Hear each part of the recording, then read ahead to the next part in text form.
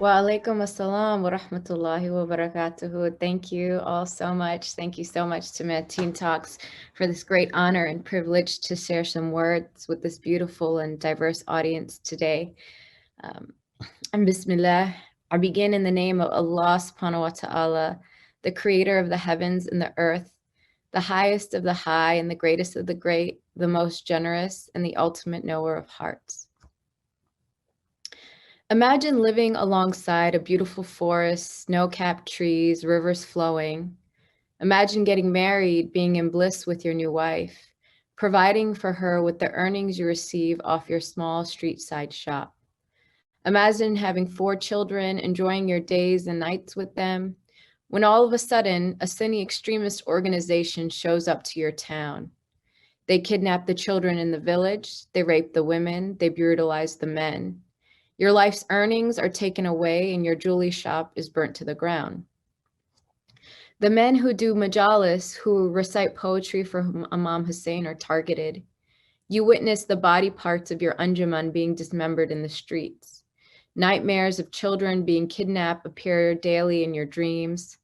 The psychological, economic, and emotional torture has already begun. And soon you realize that you are next on the Taliban's target list. When you travel outside your home in a protected caravan, you are shot with machine guns. You narrowly escape death while everyone around you is killed. Your father receives a phone call that you have been murdered even though you escaped. You continue to be pursued by terrorists, and for what? Because you commemorate, you believe, and you love the Prophet's family. These persecutors want you dead, or for you to let go of your Shia traditions. Which do you choose? You choose to leave behind your entire family, wife, and 4 children and make a journey westward from Pakistan to Latin America. You travel from Brazil to Peru by bus for 4 days, then Peru to Ecuador by bus for 2 days, then Ecuador to Colombia by bus for 9 days. Then you walk from Colombia to Panama for 27 days. Then you are detained by immigration in Panama and sent to Costa Rica, where you spend 26 days. Then you travel by bus to Nicaragua for 15 days, then to Honduras, then Guatemala, then through Mexico by foot and by bus until you reach the Californian border. You survived this long journey with little money and little help. You're ready for the US authorities. You have extensive documentation from the police, from local community organizations, all attesting to the fact that you were persecuted in Pakistan. Until finally you meet an immigration judge who deems that you did not suffer enough and that you should be sent back to Pakistan, essentially letting you die. This is the story of just one of my Shia clients, but his story echoes that of many more Shias throughout the world. This is all to say, our people are being systemically oppressed. There's no doubt about it. If you are Shia and you have love for the Ahlul Bayt in your heart, you are seen as a threat to those power structures which seek to eradicate all difference. Your love for Imam Hussein and the message of justice and truth that accompanied his martyrdom is threatening to those powers that want to quill any justice movements. For sometimes your oppressor is a state government and sometimes it is a non-government actor. The message that you carry within your heart, the message of Imam Hussein, is not a message of self-pity or victimization. It is a message of deep empowerment. That your forefathers and your spiritual leaders and your foremothers died while fighting for truth and justice means that within you is both a fire and an ocean of deep knowledge and bravery and peace and calm and conviction. It is no wonder that Shias across the globe are being targeted, arguably now more than ever before. We are living in a time of deep corruption, and it is Shias in every land that are speaking truth to power and demanding accountability. In America specifically, the newly formed American Muslim Bar Association, AMBA, which encompasses not only strong Shias, but also Sunnis who are inspired by and who love the Ahlul Bayt, are fighting for the rights of Shias. The American Muslim Bar Association specifically operates with 4 guiding principles, which are embedded in the Holy Quran and embodied by the Ahlul Bayt: love, justice, mercy, and compassion. Through love, AMBA strives to manifest the loving nature and nuance of God in everyday work as well as us as legal practitioners. To be loving and affectionate is an attribute of our Creator, which all humans must seek to manifest. This is especially true for Muslims, for what is religion except for love? It is our love for God which drives us to serve creation and causes and leads us to our holy messenger of Islam, peace be upon him, as well as the men and women of his family. Say, if you love Allah, then follow me. Quran 3:31. Indeed, all justice is rooted in one's spiritual quest to love God and be God's beloved. But justice requires that divine love has its limits. So God withholds his affection from those who are unjust and transgress divine bounds. With the principle of justice, AMBA is committed to tirelessly defending the natural rights God has assigned to humanity and opposing hatred, injustice, and oppression in all forms. In the Holy Quran, God reminds us to be adjudicators of fairness, 4:58, and to eradicate hatred that leads to injustice, 5:8. These are essential traits of the God conscious. The heavens and the earth are maintained with justice, which can be defined as giving every holder of rights their rights. God is the true owner of humankind, and to Allah belong whatever is in the heavens and whatever is on earth. And only the true owner can delegate and assign and designate these rights. Accordingly, justice exists in both our legal systems and in a metaphysical realm. Mercy. AMBA advocates for a legal system which embraces mercy, clemency over severity, and longs for transitional justice as a means to recover from the pain and anguish suffered by both survivors and perpetrators. Muslims begin each action in the name of God, the beneficent, the merciful. The gnosis of God's mercy eradicates most ills of the hearts and the hands. God's mercy precedes all forms of retaliation. God has asked humankind to never despair and to always remember that divine mercy is all forgiving. Forgiveness from the ultimate source leads to forgiveness in our hearts, for both ourselves and for others. God further promises that if one repents after inequity and reforms herself, God will embrace her in mercy, even if she has committed evil deeds. And so no crime is beyond the reach of God's mercy. And lastly, through the principle of compassion, AMBA pushes attorneys towards compassionate pro bono and public service, and its leaders volunteer endless hours each week to this end. Cultivating empathy for others through the principle of compassion is integral to the life of a Muslim and to the work of a lawyer. God prescribes methods for cultivating compassion, each of which inspires lawyers, assisting refugees, keeping promises, being steadfast in adversity, and liberating those in bondage are within designations of the Quran, chapter 2, ayah 178. God is on the side of those who strive to live as compassionate human beings on earth by serving others, chapter 29, ayah 70.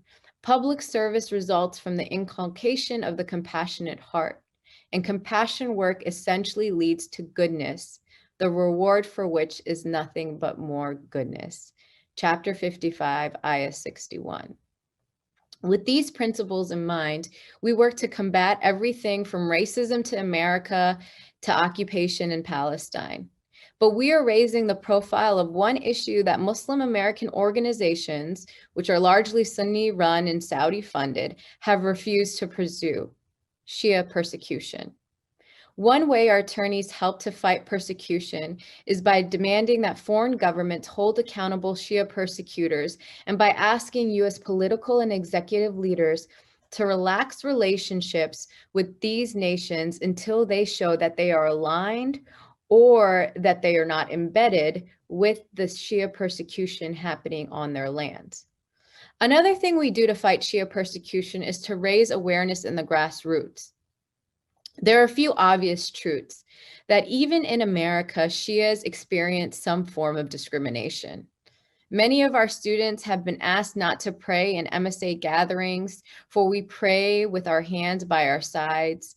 Many Muslim organizations hold Happy New Year events as if the time of the tragedy of Karbala is something worth celebrating.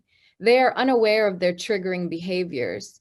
Even our non-Shia friends at mainstream masjids have the audacity to say that Shias worship Imam Ali and do not believe in the Prophet. These microaggressions are far too real.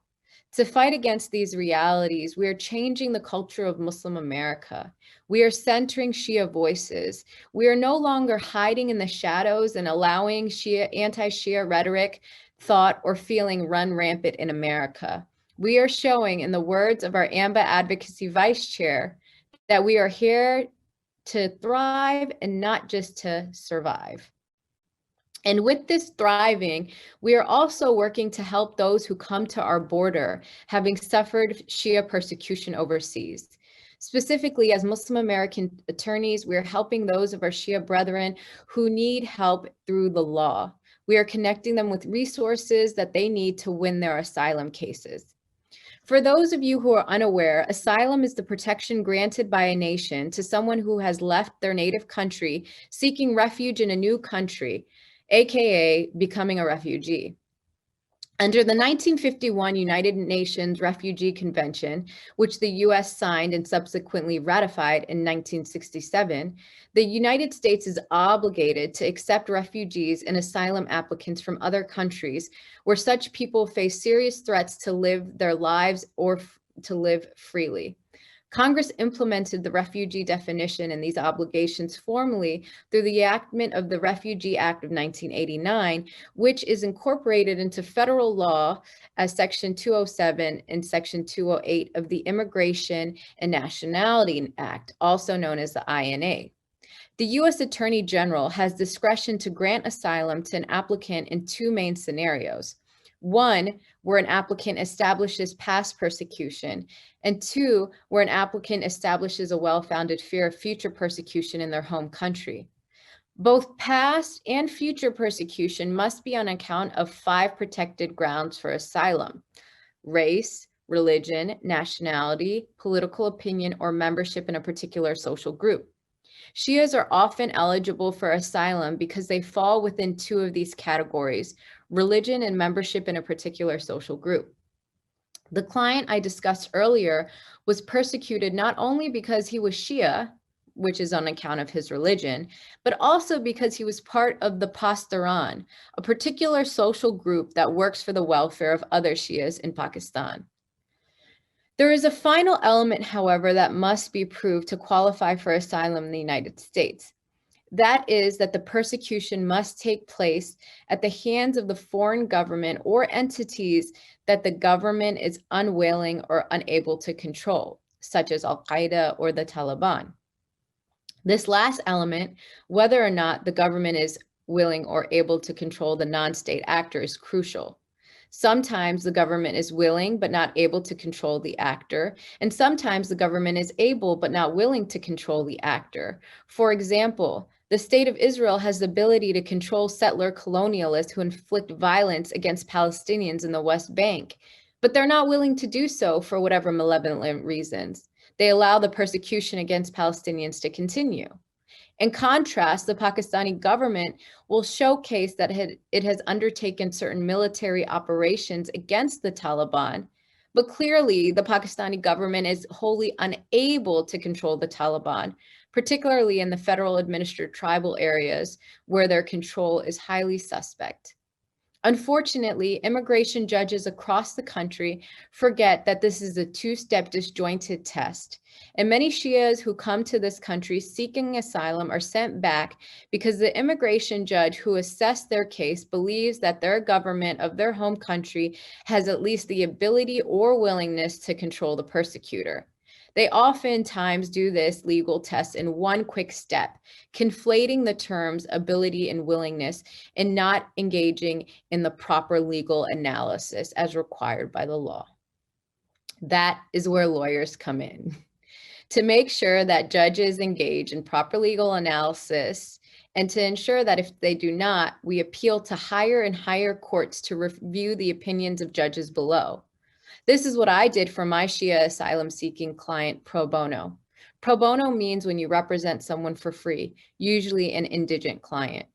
Initially, he was before an immigration judge who did not understand the intricacies of Shia persecution, particularly in the northwestern frontier province of Pakistan. While my client was pro se, which means without an attorney, when he first presented his case of asylum to an immigration judge, I represented him at an appellate level before both the Board of Immigration Appeals and the U.S. Court of Appeals for the Ninth Circuit. While my client's asylum case should have been a slam dunk, since his claims were bona fide, he was being targeted and persecuted by the Taliban. His case was not so clear by the judge.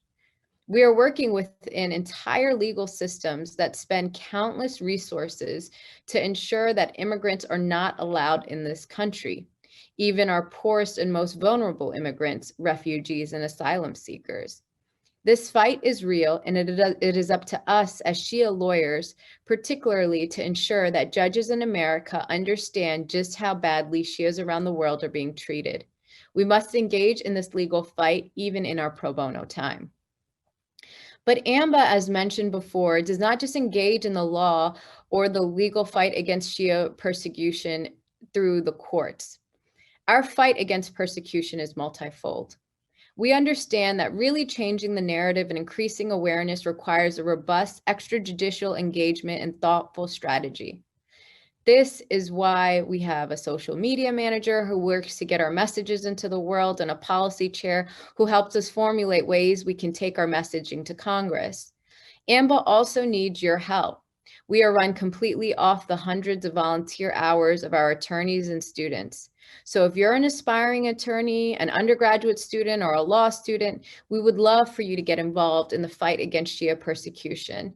Please visit us at www.ambalegal.org to see if there is a committee that you can become involved with. And if you do not have time to volunteer, but you have the money to contribute, your donations are welcome. It is no secret that the idiom, every day is Ashura and every land is Karbala, is real. Over a century after Imam Hussein was killed, the people of his family continue to be marginalized and systematically oppressed. You listening here today have likely experienced some form of marginalization or oppression, being a minority within a minority living in America. But please remember that God has always tried his most beloved with hardship. Those on earth who will try to change the communities around them, who will speak up when injustice is occurring, will indefinitely be blacklisted in some way or another. Being a change seeker and a freedom fighter is difficult. It requires courage. And please recognize that within our Shia communities, we are not perfect either. We also are guilty of anti-Sunni rhetoric, of judgmentalness, of sexism, of racism. In order for us to not be a hypocrite, to not be among the munafiqeen, we have to fight for justice not only outside of our community on behalf of Shias, but also within our community on behalf of others. The prophets and the Ahlul Bayt were people of noble character, and in order to emulate that character, we have to push back upon the very real cultural baggage that has been placed upon us. To truly fight for freedom and to fight in God's names mean that we fight against persecution, not only of Shias, but also against Blacks, against Native Americans, against all minoritized voices.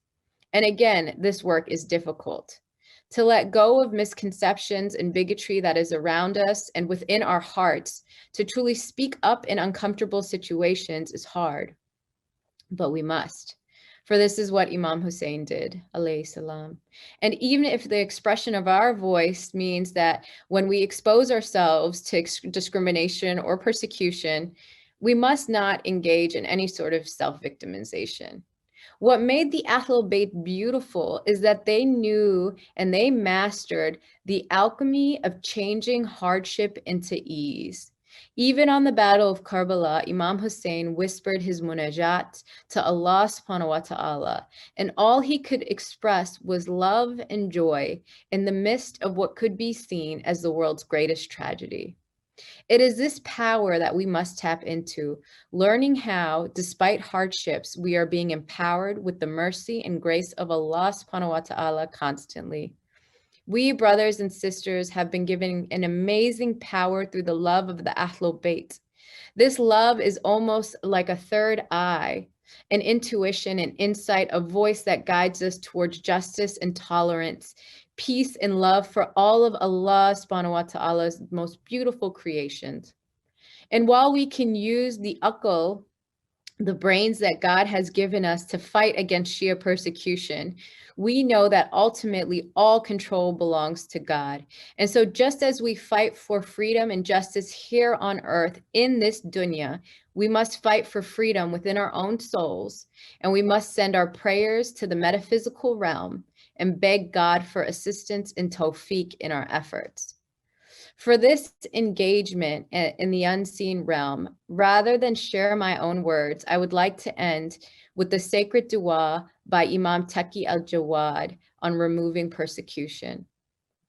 So let us clean the mirrors of our hearts, open our hands, and recite these words together. Bismillah. O Allah, the persecution against your service has become so prevalent in your lands that it has put an end to justice, interrupted all ways, eradicated the right, thwarted truthfulness, enshrouded charity, demonstrated evil, extinguished piety, removed true guidance, dislodged decency, planted harm, promoted corruption, strengthened obstinacy, spread out prejudice, and exceeded all bounds. O Allah, O my Lord, nothing can eliminate all that except your authority, and nothing can deliver from it except your obliging favors. O Allah, O my Lord, please mutilate persecution. Demolish the mountains of oppression, stagnate the business of evil, grant victory to those who deter from it, harvest the roots of the people of prejudice, and attire them with the shrinkage after escalation.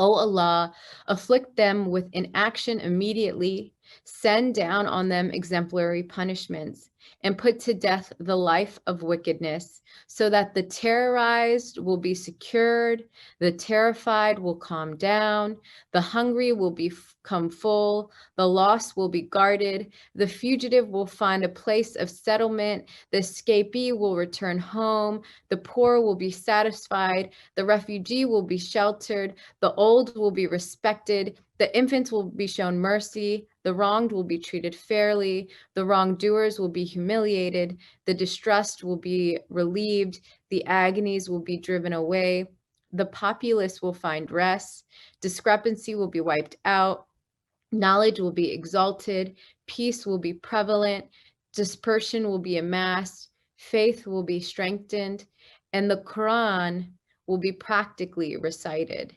Verily, you are the Master, the Magnificent, and the Favorer. Ameen.